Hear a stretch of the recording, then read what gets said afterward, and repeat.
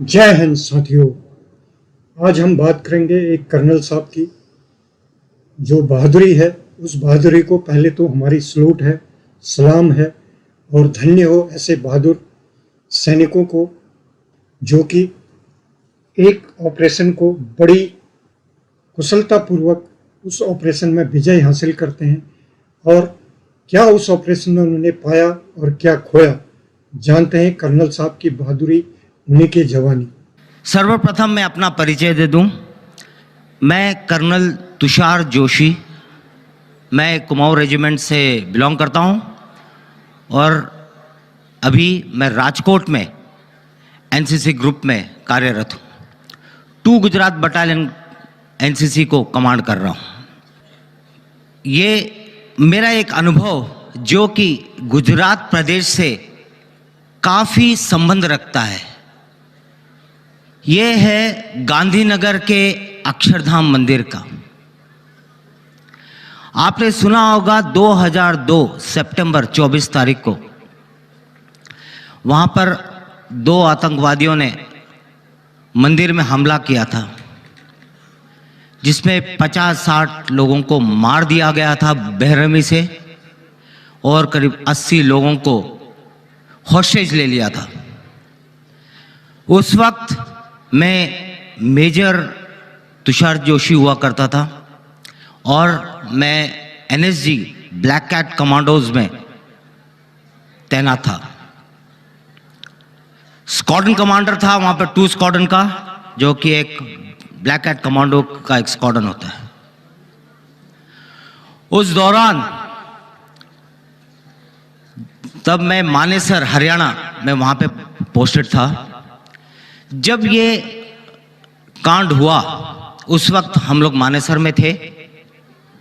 मैं अपने कुछ शाम के परेड के बाद, जैसे आपके अभी ये शाम जो परेड होती है इस तरह की कुछ परेड थी हमारी, वो करके घर पहुंचा ही था।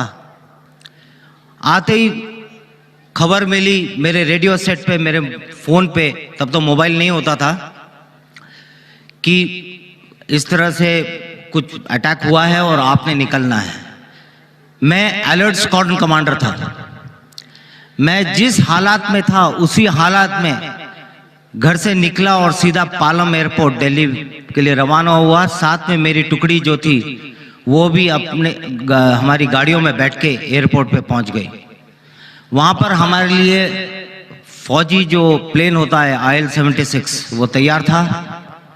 हम उसमें बैठ के हम सीधा अहमदाबाद पहुंचे।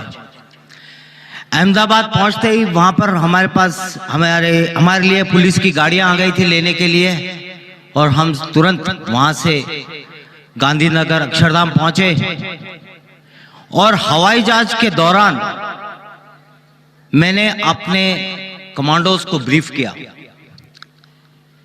मैंने उनको सिर्फ ये बताया कि है ना, मुझे सिर्फ इतनी खबर मिली है कि यहाँ पर ऐसा ऐसा हुआ है, और मैंने टीवी ऑन किया था और टीवी में मैंने देखा है कि एक अक्षरधाम मंदिर, मुझे अक्षरधाम मंदिर भी पता नहीं था तब, एक अक्षरधाम मंदिर है गांधीनगर में, वहां पर आतंकवादियों ने हमला कर दिया है और वहां और हॉस्टेज ले रखे हैं, बंधक बना रखे हैं, उनको हमने छुड़ाना है। ये तकरीबन शाम को 5 बजे की बात है, 24 सितंबर 2002 को। हम वहां से पहुंचे गांधीनगर, पहुंचते पहुंचते 10, साढ़े 10, 11 बज गए थे। वहां पहुंचने के बाद वहां पर जो ऑपरेशनल रिस्पॉन्सिबिलिटी होती है वो मुझे हैंडओवर कर दी गई।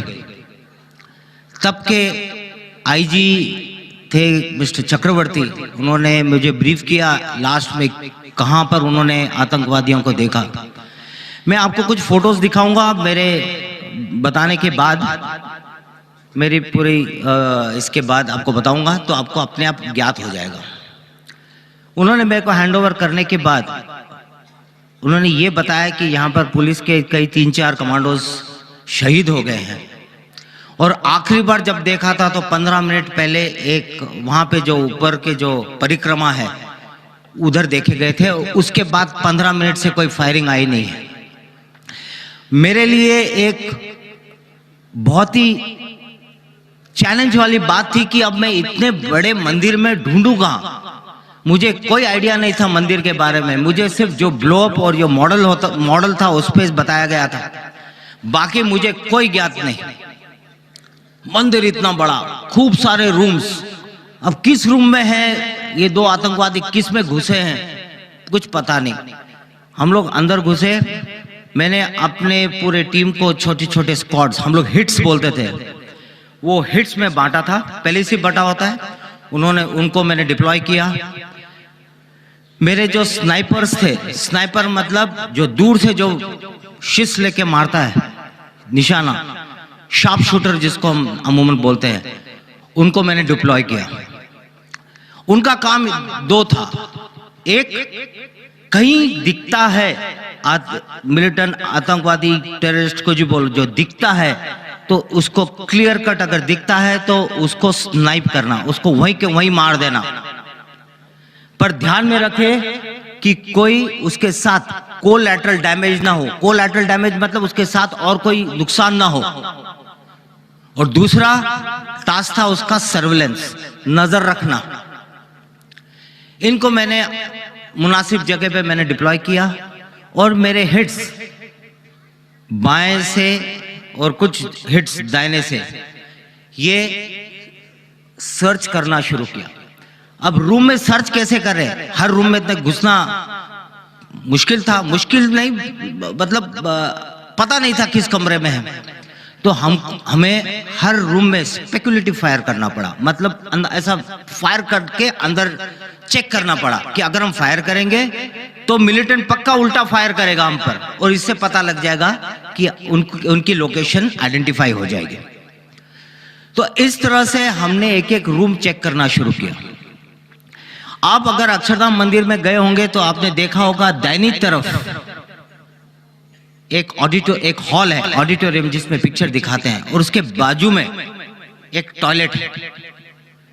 आप अगली बार कब जाओगे तब ध्यान रखना मेरी बात। जब अंदर घुसते हैं दाहिनी तरफ के फ्लैंक में एक ऑडिटोरियम है जहां पर पिक्चर दिखाई जाती है स्वामी नारायण जी के ऊपर, उसके बाजू में एक टॉयलेट है।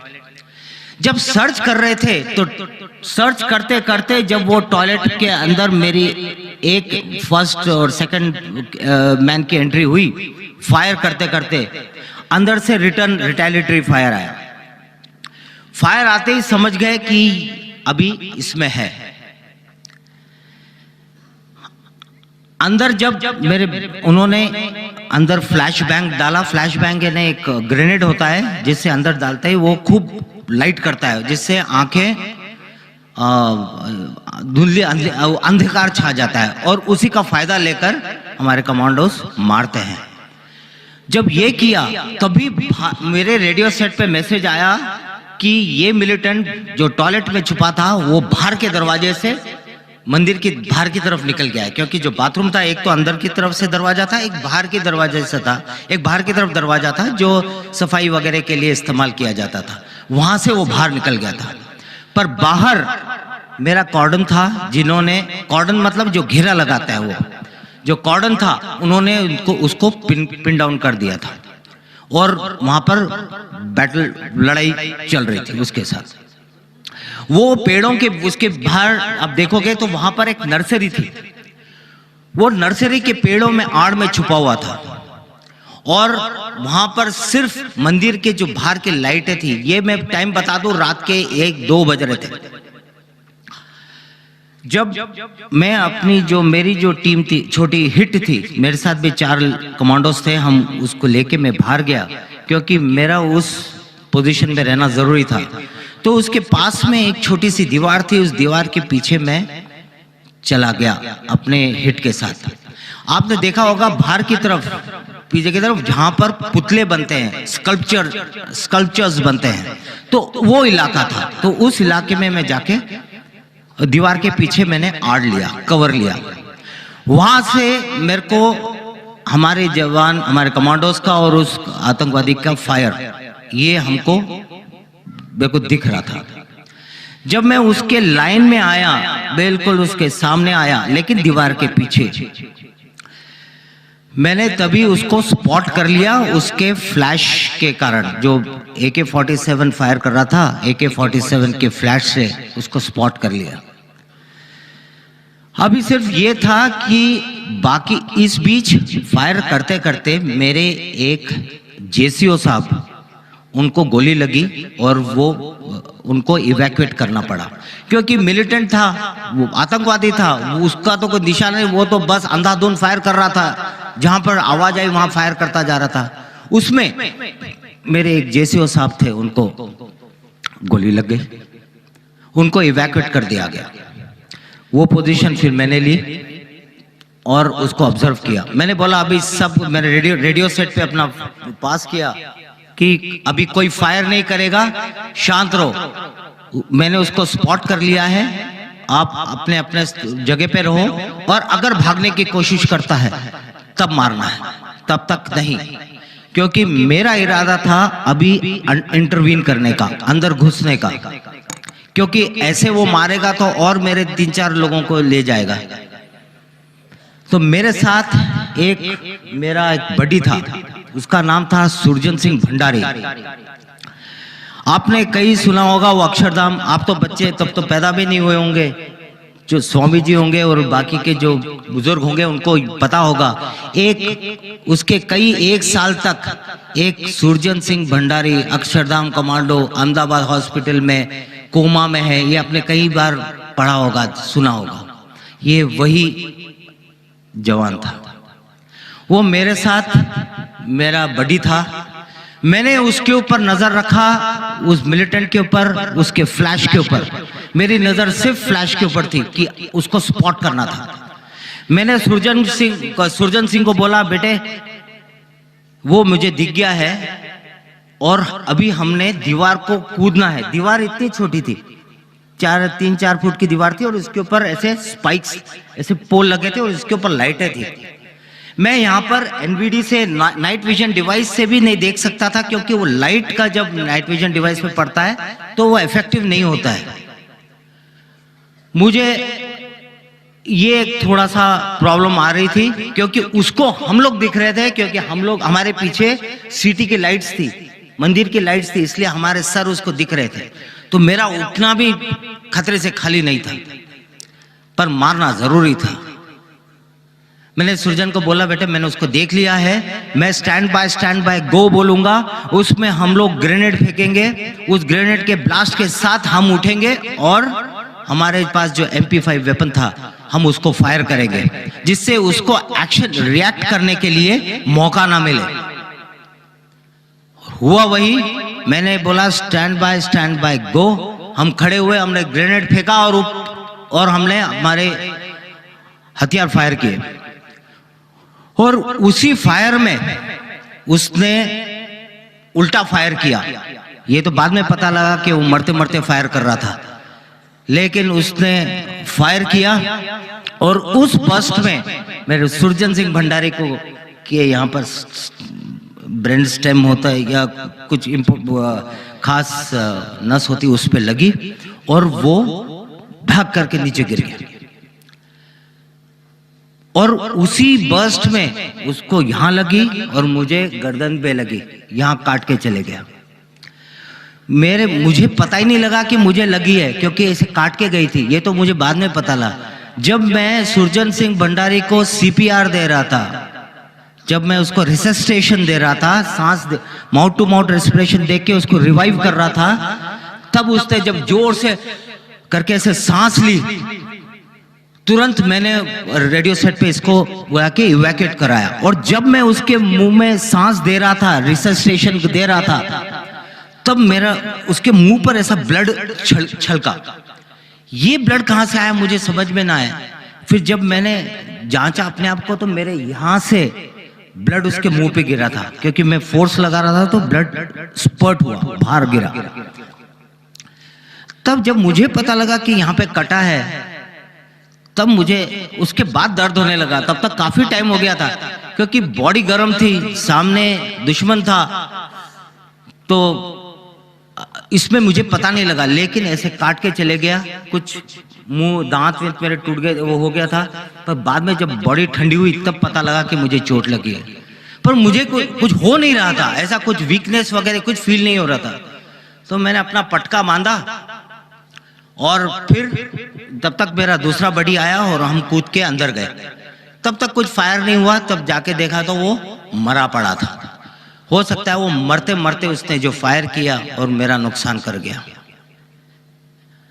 अभी था तो एक ही मरा था, अब दूसरा कहां है? दूसरा ढूंढना और मुश्किल हो गया, क्योंकि ये भी खबर मिली थी कि करीब 80 लोगों को उसने बंधक लिया है। वो कहां लिया है? पर जब इनिशियल में जो सर्च हम कर रहे थे, तब वहां के हिट ने मेरे को मैसेज दिया कि साहब यहां पर इस ऑडिटोरियम से कुछ औरतों की और बच्चों की अंदर से रोने की आवाज आ रही है। तब मुझे लगा कि ये हो न हो, ये वहीं हो सकता है, क्योंकि बाकी के कमरे तो हमने सर्च कर लिए थे। मेरी टीम उस कमरे को कॉर्डन कर लिया, एक बाहर का कॉर्डन लगा था, क्लोज इन हो गए, पास में पहुंचे। मेरे स्नाइपर्स जो मैंने शुरू में बताया, जो सर्वेलेंस कर रहे थे, उनको मैंने थोड़ा सा रीएडजस्ट किया और उनको बोला कि उस दरवाजे पे नजर रखो, कोई खबर कुछ होता है तो, क्योंकि मैं देख नहीं पा रहा था, क्योंकि मैं आड़ में था। तो वहां से ऊपर जहां स्नाइपर लगाया था, वहां से वो सर्वेलेंस कर रहे थे। इतने देर में मैंने सबको बता दिया कि अभी इसके साथ उस टेररिस्ट को बाहर कैसे निकालें, ये एक जरूरी था। ये जरूरी था कि अगर नॉर्मल अमूमन हमारे जो ड्रिल होती है, हमारा जो तरीका होता है कि दरवाजा में ब्लास्ट किया और अंदर गए और मारा, ये हम यहां पर नहीं कर सकते थे, क्योंकि अंदर सिविलियन बंधक थे। हमारे इस कार्रवाई के कारण हम कोई नुकसान न पहुंचाए, ये एक टेंशन था। ये खास मतलब बहुत ही जरूरी था कि हम सिर्फ टेररिस्ट को ही मारे, कोई कोलैटरल डैमेज ना हो। तो ये दिमाग में रखते हुए मुझे थोड़ा सा खेल खेलना पड़ा। उसको हम बोलते हैं साइकोलॉजिकल ऑप्स, साइऑप्स, उसके मन से खेलना। मैंने सारे जितने फायरिंग अभी तक चल रही थी सब मैंने बंद करवा दी। मैंने कह दिया अभी कोई फायर नहीं होगा, शांत, बिल्कुल। मैंने रेडियो सेट पे पास कर दिया, सब शांत रहो, और ऐसा होना चाहिए कि कोई आवाज ही नहीं आए, कुछ भी ना। और इतनी देर में मैं और मेरा जो दूसरा बडी आ गया था सुरजन सिंह के बदले में, हम लोग ऊपर गए। वहां से एक सीढ़ी थी, एक जो रिपेयर मेंटेनेंस के लिए जो ऐसी क्रेन होती है, ऐसी सीढ़ी जो ऐसे ऐसे लंबी होती है, तो उस पे चढ़ के हम लोग छत पे गए। छत पे जाने के बाद वहां पर हमने अपनी इक्विपमेंट बांधा। एक एप्सिलिंग करके एक इक्विपमेंट होता है जो ऊंचे बिल्डिंग से नीचे उतरते हैं और जो कंट्रोल करके उतरते हैं, कंट्रोल डिसेंडर, जिसमें हम दबाते हैं तो हमारे बॉडी वेट से हम नीचे आते हैं, और हैंड फ्री, और छोड़ दो तो लटक जाते हैं। तो ये हैंड्स फ्री होता है, इसको कहते हैं एप्सिलिंग। एप्सिलिंग का इक्विपमेंट बांधा और हम दोनों नीचे उतरे। आप थोड़ा सा ध्यान अपने अक्षरधाम मंदिर की तरफ ले जाएं, और जहां पर वो ऑडिटोरियम था उसके ऊपर की जो छत है, वो ऊपर के कॉरिडोर बनता है। तो उस छत तक, ये हॉल नंबर 5 है, if I am not wrong, hall number 5 है। आप जब भी जाओगे अगली बार ध्यान रखना। तो उस हॉल के उस दरवाजे के सामने ऊपर वाले छत के ऊपर हम दोनों खड़े हो गए, ऐसे टिक गए। अभी बात यही हुआ, हम वहां लटकते रहे। मेरा प्लान था कि अगर वो दरवाजा, क्योंकि था वो एक ही दरवाजा, बाहर आना था तो उसी से ही, और उस दरवाजे को मेरे स्नाइपर ने कवर कर रखा था और मेरे हिट्स ने भी कवर कर रखा था।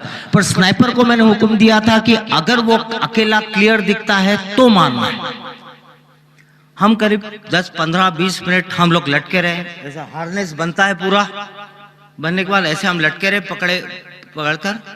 थोड़ी देर के बाद, 15-20 मिनट बाद, मेरे सर्वेलेंस का मैसेज आया कि साहब वो दरवाजे से बाहर आए हैं, 2 लोग हैं, एक के हाथ में हथियार है, उसने लाल टी शर्ट पहना हुआ है, आपके बाएं हैं। आप उतरोगे तो आपके बाएं होगा, दाहिनी तरफ एक लेडी है, वो एक लेडी को बाहर लेके आया था, एक महिला को बाहर लेके आया था। ये चेक करने के लिए इतना बाहर शांत कैसा हो गया, आवाज बंद कैसे हो गई। क्योंकि वो भी इंक्विजिटिव था कि क्या हो गया, बाहर कोई शांत, अभी तक तो इतने धूम धड़ाका हो रहा था, गोलीबारी हो रही थी, अभी एकदम शांत कैसा हो गया। तो वो देखने के लिए वो दरवाजा उस खोल के वो बाहर आया। और वो कॉरिडोर की चौड़ाई कितनी होगी, इतनी, एक 4 मीटर 5 मीटर बस। मैं उसके मेरा प्लान था उसके सामने उतरकर उसको मारने का, लेकिन जैसे ही मैंने मेरे साथ जो था उसका नाम था दुर्गा, मैंने उसको बोला दुर्गा तेरे को डर तो नहीं लग रहा है? तो बोला साहब आप हो मेरे साथ, मुझे डर किस बात का।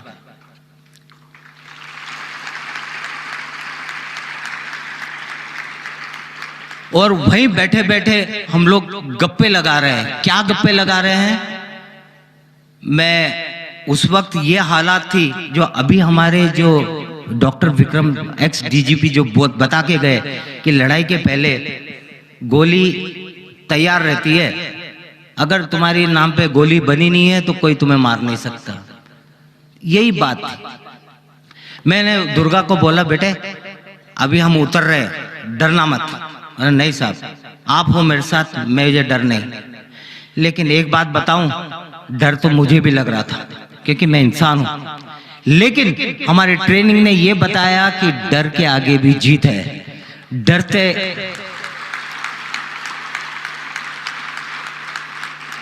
उस डर को ओवरकम करना ये जरूरी था।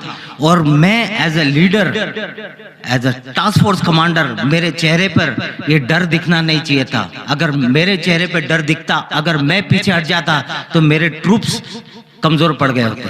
तो ये मेरे लिए था, लेकिन अंदर ही अंदर मुझे डर था क्योंकि मेरी वाइफ प्रेग्नेंट थी, मेरी एक छोटी 1.5 साल की बेटी थी। वहां पर सारी कहानियां मेरे दिमाग में घूमने लगी कि मैं चला जाऊंगा तो क्या होगा, क्या होगा, क्या होगा, ये दिमाग में चलता रहा। लेकिन मैंने ये सब दिमाग से हटाया और मैंने दुर्गा को बोला बेटे वहीं लटके लटके हम बात कर रहे हैं, धीरे धीरे धीरे, क्योंकि हमको उसका इंतजार करना था। मैंने बोला उस वक्त ना मैं सिगरेट पीता था, तब यंग था, कभी सिगरेट विगरेट पीता था। तो मैंने उसको बोला बेटे अगर मेरे को कुछ हो जाए तो मेम साहब को मत बताना कि मैं सिगरेट पीता था।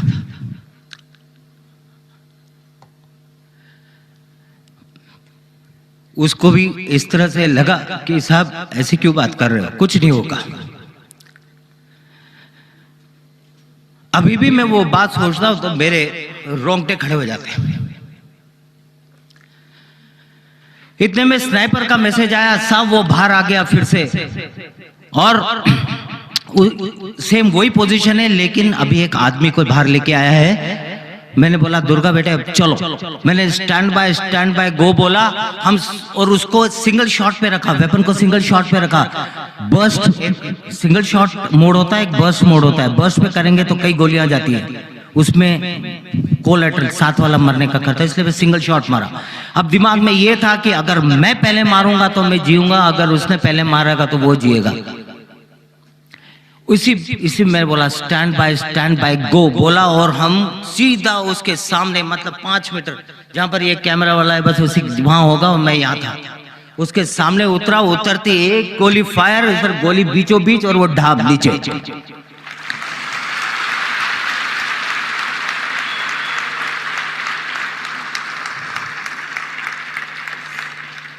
और उस वक्त जब मैंने उसको मारा मुझे पता नहीं लगा, मतलब, और जो मेरे पैर तब भी लटपट कर रहे थे, अभी भी कर रहे हैं, क्योंकि वो जो सीन अभी मैं देख रहा हूं याद आता है तो मेरे को एकदम वो। और जैसे ही वो गिरा मेरे बाकी के ट्रूप्स आए और उसकी बॉडी पकड़ के खींचे, वो तहीं के ऑन द स्पॉट मारा। मैं आपको फोटो दिखाऊंगा उसका, ऑन द स्पॉट उसको बाहर साइड में खींचा और वो लेडी को लेके आए। फिर अंदर दरवाजा खोल के अंदर गए तो अंदर 70-80 लोग, महिलाएं, बच्चे, छोटे बच्चे, और कितने करीब 5-6-8 घंटे से अंदर बंदे थे। छोटे छोटे बेबीज, दूध पीने वाले बच्चे, माताएं, मतलब वहां पे गंदगी हो चुकी थी, बूढ़े, मतलब इतना गंदा कर रखा। तो बेचारे करे तो क्या, वो हालात भी ऐसे थे। उन सबको हमने बाहर निकाला, बाहर तुरंत। ये सब तब हुआ जब मेरे ये मैंने अपना कपड़ा बांध रखा था, और लकीली मेरे को इतना कुछ हो नहीं रहा था। ये ऊपर वाले की मेहरबानी कि मेरे को उतनी ताकत थी आखिर तक। ये सब गया, फिर उनको हमने बाहर निकाला। फिर उसके बाद सर्च ऑपरेशन शुरू हुआ। जब सर्च ऑपरेशन शुरू हुआ तो उसके बाद हमको चार मैगजीन्स मिले जिसमें एम्यूनिशन फुल था, कुछ ग्रेनेड मिले, उनके खाने पीने का सामान, काजू, चॉकलेट्स, ये सब पड़े थे उनके बैग में। और जब ये दोनों बॉडीज को हमने, दोनों मिलिटेंट को रगड़ते हुए, खींचते हुए बाहर लेके आए, बाहर सारी पब्लिक खड़ी थी, क्योंकि और अभी प्रॉब्लम ये था कि अभी बाहर लेके जाऊंगा तो पब्लिक तो और मार देगी उनको, मरे को भी और मारेगी, इसलिए हम वो नहीं चाहते थे। इसलिए वहीं हम रगड़ते हुए उसको लेके आए। उसके पैर में रस्सी बांध के खींच के निकाला। ये हम कुछ भी हो, उसका अपमान नहीं, शव का हम ऐसा नहीं करना चाहते थे, पर ये हमारे सिखलाई में है कि जब ऐसा टेररिस्ट वगैरह होता है उसके पैर में बांध के खींचो, क्योंकि उसके शरीर पे भी ग्रेनेड होने के चांसेस होते हैं, जिसकी पिन निकली होती है, और वो मरते मरते भी लोगों को मार सकता है। तो ये हमने तरीका अपनाया था उसकी बॉडी को निकालने का। उसके बाद हमने उसके ऊपर इतना सब सामान मिला, उनके पास चॉकलेट्स, काजू, किशमिश, बादाम, ये सब रहे। उनकी इच्छा थी कि वो और हॉस्टेज लेते रहे, हॉस्टेज लेके रहे, और 2-3 दिन का प्रोग्राम था उनका, ऐसा लग रहा था। ये होने के बाद उस वक्त मैं एक जगह जाके बैठा और फिर वो आया, दुर्गा आया, साहब क्या हो गया? बोला कुछ नहीं, मेरे को थोड़ी चक्कर आ रही है। तब देखा मेरे इधर, इस दाहिनी साइड में इधर ऐसा बल्ज आ गया, ऐसा फूल गया है। फिर जब ऐसा दबाया तो ऐसा कुछ ऐसा लग रहा था, कुछ ब्लीडिंग हुई है। तो बाहर कई डॉक्टर आ गए थे, कई मेडिकल, यही खासियत है गुजरात की, ऐसा कुछ हुआ तो सारे के सारे मदद के लिए पहुंच गए। जितने डॉक्टर थे सबने अपने स्टॉल लगा दिए थे, सारे स्टॉल लगा दिए। मेरे को तुरंत वहां से बाहर लेके गए, एक सर्जन थे, उन्होंने जस्ट देखा, उन्होंने फिर वो क्या ने बोला इंटरनल ब्लीडिंग है, और फिर करके मेरे को अहमदाबाद हॉस्पिटल में इवैक्यूएट किया। वहां जाके जो ब्लड फ्लश आउट कर सकते थे, जो भी किया उन्होंने, मेरे को डॉक्टर भूने पर जो कुछ मेरे ऊपर एडमिनिस्टर किया, और वो उसके बाद कुछ नहीं, मैं वहाँ पे मीडिया वाले पहुँच गए तो, पर मैं उस हालात में था नहीं बोलने के, पर वहाँ से मुझे प्लेन में मेरे को इवैक्यूएट कर दिया गया दिल्ली के हमारे रिसर्च एंड रेफरल हॉस्पिटल में। तो इस तरह से ये हमारा ऑपरेशन हुआ। अभी ये पूरी जो कहानी मैंने जो बताई आपको, ये कहानी तो क्या मतलब मेरे साथ हुआ है। उसके बाद जब हमने उनके सामान को टटोला, ये तो खैर मुझे बाद में पता लगा, पर जब हमने सामान देखा उसमें कई ऐसी चीजें, एक लेटर मिला उर्दू में लिखा हुआ, वो हमने पढ़वाया, तो उसमें पता लगा कि ये उन्होंने गोधरा का रिवेंज लेने के लिए किया था, क्योंकि गोधरा का करीब मार्च अप्रैल में कुछ हुआ था, और ये सितंबर में हुआ था, उसी साल 2002 में। तो इस तरह से मुझे वो ऑपरेशन करने का मौका मिला, और इसके लिए मेरे जो कमांडो जो थे उसको सुरजन सिंह भंडारी को उसको कीर्ति चक्र मिला, और मैं और मेरा एक और साथी था, हम लोगों को दोनों को सेना मेडल मिला।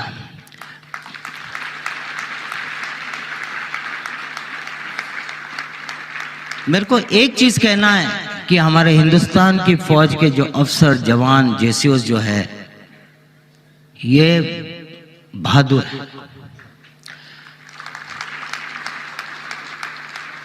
ये बाहर से तो दिखता ही है, लेकिन मैं अंदर रहकर मैं बता सकता हूं, कभी अपनी ड्यूटी और कहीं इसके लिए आपने कभी उनको आनाकानी करते हुए कभी नहीं देखा होगा। पीस टाइम हो, फील्ड में हो, कुछ भी। और